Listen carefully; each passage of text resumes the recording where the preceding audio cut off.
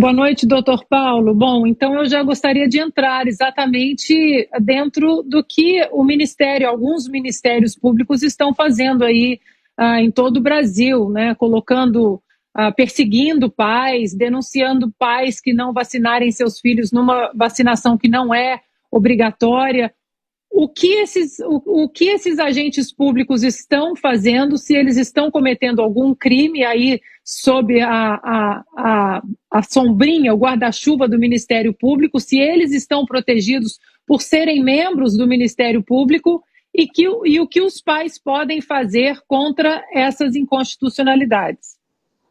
A primeira coisa, Ana Paula, boa noite, obrigado pela pergunta, é procurar a polícia, né? Porque isso é crime, é caso de polícia. Por que é caso de polícia? Primeiro, como eu disse, a vacinação não é obrigatória. E é importante dizer para todos que a ADI 6586 e 6587, que foi julgada pelo STF em dezembro e transitou em julgado em abril, ela deixou claro lá na sua ementa que qualquer ato de restrição à atividade ou à entrada ou saída de qualquer local, somente em decorrência de lei. E decreto não é lei, eu sempre digo isso para as pessoas que me perguntam, decreto, portaria, não é lei. E qualquer ato de constrição ou mesmo de restrição de ir e vir, com obrigatoriedade de vacina, tem que ser através de lei. E o Ministério Público, ele tem usado uma tática de aterrorizar a população, e isso me deixa muito preocupado, porque pela Constituição Federal e pelas atribuições do Ministério Público, ele tem a função custos legis. O que é custos legis? É o defensor da lei. Então, como é que quem tem essa função afronta e viola direitos que estão legalmente constituídos? Por exemplo, o artigo 15 do Código Civil, que diz que ninguém é obrigado a submeter a tratamento médico que coloque em risco a sua vida.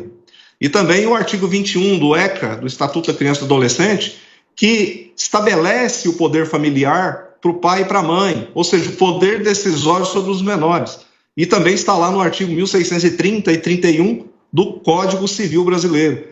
Ou seja, todos esses arroubos autoritários que os ministérios públicos têm feito estão absolutamente contrários à legislação, contrários à Constituição e principalmente ao Código de Nuremberg, que veda a utilização de seres humanos como cobaias. E aí eu trago para vocês que é importante por exemplo, o Ministério Público do Estado de São Paulo tem feito isso. Ontem soltou uma nota técnica lá em conjunto com o Conselho Nacional dos Procuradores Gerais. E legal. E o Ministério Público do Ceará está fazendo algo que é muito mais grave, porque ele está literalmente utilizando de ameaças contra prefeitos com ações civis públicas se eles não implementarem a vacinação obrigatória. E o que é mais grave, ameaça com o tal do acompanhamento pelos conselhos tutelares, pais e mães que não querem que seus filhos sejam submetidos a experimento vacinal. Então, o que eu fiz, por exemplo, como cidadão e como eu tenho uma filha que mora em Fortaleza, eu tive que representar o Ministério Público do Estado do Ceará no Conselho Nacional do Ministério Público e denunciei 5 crimes que eles estão cometendo. Crime de constrangimento ilegal, artigo 146 do Código Penal. Crime de ameaça, 147. Crime de perseguição, 147-A do Código Penal. O crime de abuso de autoridade, artigos 30 e 33 da Lei de Abuso de Autoridade. Ou seja, eles não podem utilizar esses subterfúgios de coação contra o cidadão e, o que é pior, estão mentindo. O Ministério Público do Estado do Ceará está mentindo à população cearense quando ele diz que a vacinação da Covid está na Lei 16.926 de 19. Ora, a lei foi sancionada em 2019. Será que em 2019 existia pandemia para incluir? Não. Eles estão utilizando a falta de informações das pessoas, inclusive de que a vacina da Pfizer contém em sua composição açúcar.